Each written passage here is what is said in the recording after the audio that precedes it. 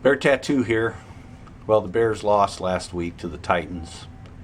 And, you know, Matt Barkley in that game, I thought, was pretty encouraging. He really hasn't been given a very good opportunity no matter where he's been, even though he's been in the league for a while. I think that, a lot of his throws were very accurate, more accurate than Jay's, and more accurate than Hoyer. And I don't know, the first half, not so much was the team play very well, and he had that pick in the end zone that he should have just thrown the ball away. But for the most part, in the second half, he was right on with his throws, and I don't know if the Bears were able to get back in the game because Tennessee took their foot off the gas or what, but he threw some great passes. They were right on the money. He just didn't have anybody that could catch anything. I mean, they had 10 drops. So, especially that one by Bellamy in the end zone at the end of the game, that would have probably won the game for him. So, I think that's encouraging. I'm looking forward to seeing what he does this week with a little bit more coaching, and we'll see if he's as accurate. The line's going to have to hold up for him, though. He's got to have time, because it seemed like he had time last week for the receivers to run their routes and then to hit them. So let's see what happens. I'm hoping that they can win this game. I mean, they're playing a team that's probably worse than the Bears, the 49ers. They only have one win, and so I'm hoping that they can put this one away. Part of the problem is, Jay's gone now, and I never was a Jay hater. Jay never really had any consistency in the coaching staff there at the Bears. I mean, look how many different offensive coordinators he had in his time there, how many different quarterback coaches he had. He finally had somebody that he connected with last year with Adam Gase, and now he's gone, and maybe he should have been the head coach instead of John Fox. He's doing pretty well down there in Miami. He seems to be turning that franchise around. So Jay's gone, and that's probably good for the Bears. So now they need to look at what they're going to do as far as, a quarterback for next year. I think, they'll probably keep Barkley on. They'll probably keep Hoyer on, I would think. I don't know that for sure. Maybe they'll dump him. But between the two, I'd keep Barkley. I think he's not a Jay as far as his arm strength or anything like that, but I think we need to give this kid a chance and see what he can do. And maybe he's just a good backup. I don't know.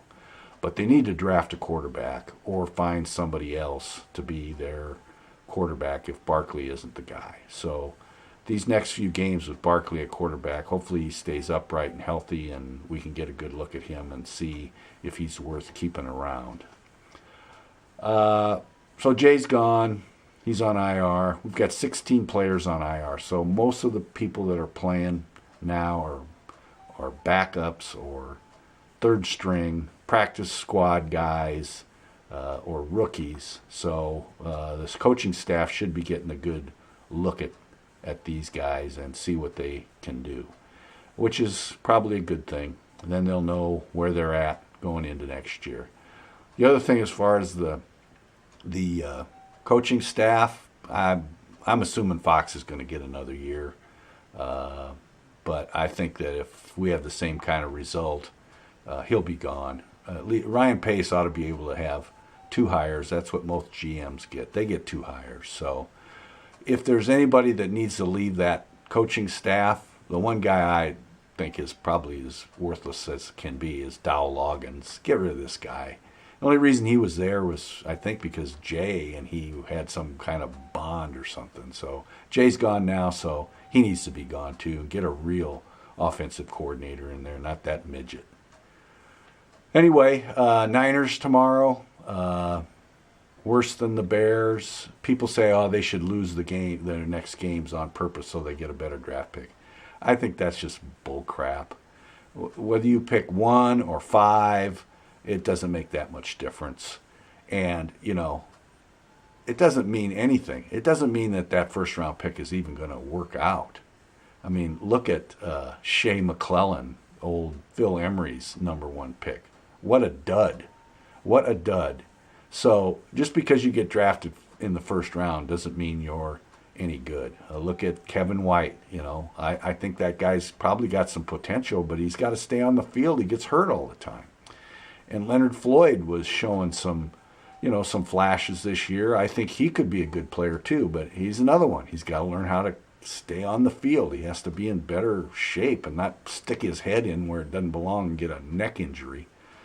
So anyway, Bears are going to play them tomorrow. And I have to say something about Colin Kaepernick. Number one, I respect his rights to say what he wants under the First Amendment of our Constitution. I mean, that's what freedom of speech is all about. And he can say whatever he wants about the country and the shape that it's in and those types of things. That's his right as a USA citizen. But you know what? He made some comments the other day about how great Fidel Castro was. Well, you know what? Maybe he should live in Cuba and see how long he can make the remarks against the government down there and see how long he stays out of prison or isn't executed like Castro did to everybody else. Anyway, tomorrow the Bears are playing him, and the one thing I want is I want the Bears to pummel his ass into the ground. And that's all I got to say about him.